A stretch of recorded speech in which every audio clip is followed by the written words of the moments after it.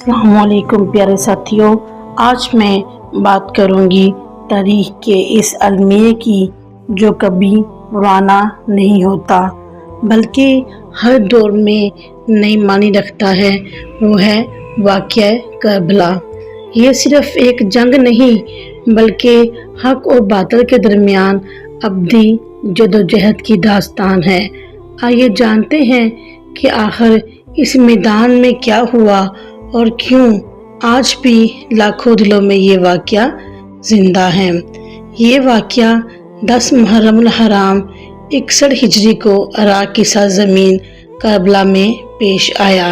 एक तरफ थे नबी करीम सल्लल्लाहु अलैहि वसल्लम के नवासे हज़रत इमाम हुसैन रज़ी अल्लाह ताला अन्हो और दूसरी तरफ था यजीद बिन मुआविया जो अपने बदकिरदार और जालिम हुक्मरान के तौर पर मशहूर था।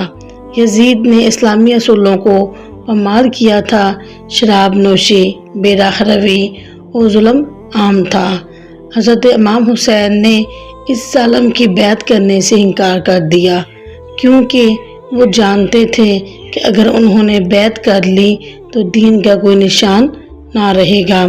कोफा वालों ने खतूत भेजकर इमाम को बुलाया, लेकिन जब इमाम हुसैन अपने अहले खाना और चंद साथियों के साथ कोफा पहुँचे तो वहाँ के लोगों ने धोखा देकर उनका साथ छोड़ दिया।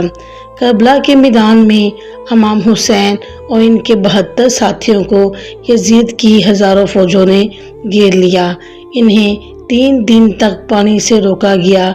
छोटे छोटे बच्चे प्यास से बेहाल हो गए। ख़वातीन और बच्चे पानी की एक बूंद के लिए तरस रहे थे। 10 मुहर्रम को अशूरा के दिन शदीद प्यास और गर्मी में इमाम हुसैन ने अपने साथियों के सामने नमाज पढ़ी और फिर मैदान में उतर गए। एक एक करके इनके तमाम साथी, भाई, भतीजे और आखिर में खुद इमाम हुसैन शहीद हो गए। इनकी प्यास बुझी नहीं मगर इनका खून ज़मीन पर बहा। इसके बाद ख़वातीन और बच्चों को कैदी बनाकर कूफा और फिर शाम ले जाया गया, जहां इन्हें मारपीट और बेइज्जती का सामना करना पड़ा। लेकिन क्या ये महज एक अलमिया था या नहीं?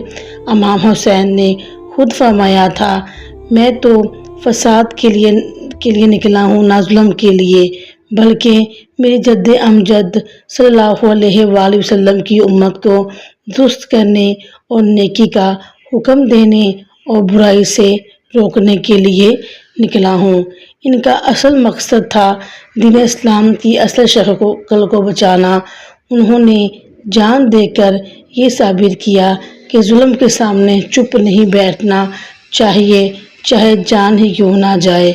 यही वजह है कि आज 1400 साल बाद भी लाखों लोग हर साल मुहर्रम में मातम करते हैं और इमाम हुसैन का नाम लेते हैं। यजीद आज तारीख का बदतरीन किरदार है, जबकि इमाम हुसैन जिंदा हैं और हमेशा जिंदा रहेंगे।